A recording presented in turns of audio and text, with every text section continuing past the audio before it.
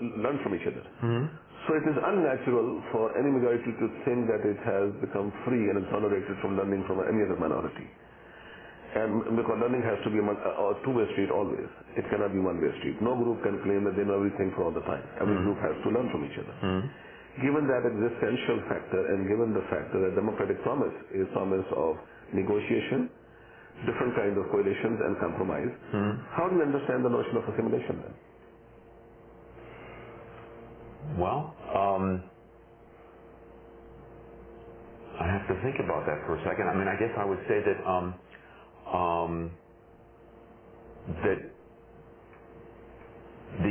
I think immigrants in American history and today have a very high degree of space in which they can create, build, and enjoy their own institutions. I mean, I think behind your question, I may be misinterpreting it, but I think behind your question is that despite our governmental structure, which is built on strong notions of minority rights, that's counterposed to the notion of assimilation, and that. No, I'm just saying because you see, as Agha Saeed has said one time, there are not one but many Americas. That's for sure. And I think American Academy is consistent of my definition of assimilation. Yeah. To a minute for discussion, I want to know your definition of assimilation. So we can build up a discussion on that, but I think what you said is good enough.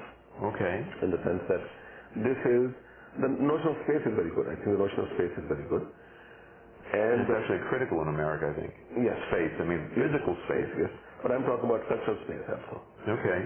And I look at a country and its capacity, its cultural maturity and sophistication in terms of the amount of space it's willing to provide to different groups, not only minorities, ethnic minorities, but ideological minorities, conceptual minorities to coexist in that space.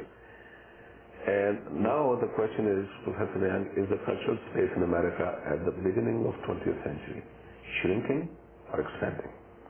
No, I think the cultural space, actually what I call islandization process has taken place. What has happened really is that this is the great irony of the technological revolution. The technological revolution has given rise to islandization. There was an attempt at continentalization of the American cultural space so that you have a big continent of ideas, so that people were living in this expanding English-speaking world. But with the coming of the Hispanics, we're beginning to witness islandization. That whole continent is being islandized. But the islandization process is made possible by the fact that people are able to move bilingually from one cultural space to the other, something that did not exist before, because there was this ethnic, racial, or linguistic hegemon. So you have to fit in, and that was one of the reasons why America went through the second revolution I was alluding to after the Civil War, because the Irish Americans, the German Americans were excluded, even though they were white and they were Protestant in the case of some of the Germans, but they were excluded from full American citizenship. It's a fact of history. So after the Civil War, going towards World War I, many of these groups became assimilated into a new concept of whiteness in America. So that replaced the white Anglo-Saxon concept to the point that all of a sudden the Italians, the Germans, the Russians, and all the others who normally would have been excluded from the definition of who is an American by virtue of the last definition became embraced.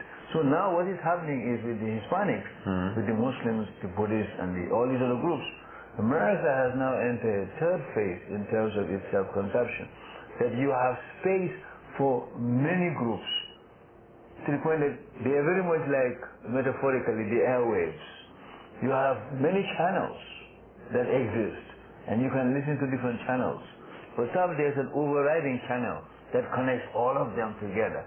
So the old continentalization, which was based on physical space or linguistic space, is being now islandized to the point that people are connected, and that's why we have this big debate about languages. Now, whether we should be English or are we going to go the Canadian way to have these Hispanics as the moral, political, psychological counterpart of the French speakers. Let's Professor Day, you're going to say something. Yeah, I think I see it kind of differently. I mean, first of all, I think today there is, I think this is agreeing with you, that there is more space for different cultures and different groups. But I don't think it's so enormously different from the past. I think we've long had the possibility of separate subcultures. And the notion of islands, I don't think I like, because an island is too isolated. I like the metaphor that the historian Arthur Mann, who was at the University of Chicago for many years, talked about.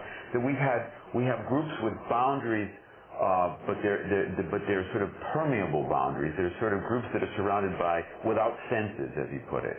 There's cores. And then people could stay with that core or they could leave it rather easily. I think it's more, in some ways it's easier to leave one's group today, but in some ways it's harder too. But I still think the basic dynamic is that there are kind of centers that people can attach themselves to or leave. And I think that there's enormous possibility for different groups and cultures in the United States today. Muslims tell me that all the time. Muslims tell me that they have more religious liberty here than just about any place else in the world, often more than the countries that they came from. And that's one of the things they like about America. They don't like lots of other things about America. Don't misunderstand me. And I think America, in that sense, is a very open society. I think the price of that openness is indifference. I personally don't think America is a very racist or discriminatory society. There are racists and there's elements of discrimination. But I think compared to most societies, we are enormously open and non-racist. But what we are is incredibly indifferent to what's going on beyond America. Okay, let me say first of all, we are three Americans talking about our country, America. America is not only a good country, it's a great country. Yet even a great country needs critical analysis and self-understanding and refinement. For sure. And given the fact that we are subject to so many changes in such short order of time, the demography of the United States, particularly states like California, the largest state, is changing rapidly. Yes. In about 25 years, there will be more Latino Americans than in the community in that state. Right. So the question here is the social contract drawn up at one stage in the life of a nation, either perpetual and permanent, or are there going to be provisions for renegotiation and adjustment? For instance, in case of California, where Latino Americans may become a majority soon, and therefore may want to have bilingualism. That's a real possibility. But the second question that enters the picture in that scene is the issue of a relationship among different groups. And I may be member of a minority at one level, I may be member of a majority at the level. For instance, if I'm a Democrat, I may be member of a larger party than opposed to somebody who's a Republican, and so on and so forth. And I think one of the issues that has come up is that in post-honor societies, equality has been accepted as a given for all human beings. But equality has not been accepted as a given for all social groups. Right? How do we negotiate that difficulty? Where we recognize, I recognize you, you recognize me, we recognize Professor Nyang as equals as human beings. But when we are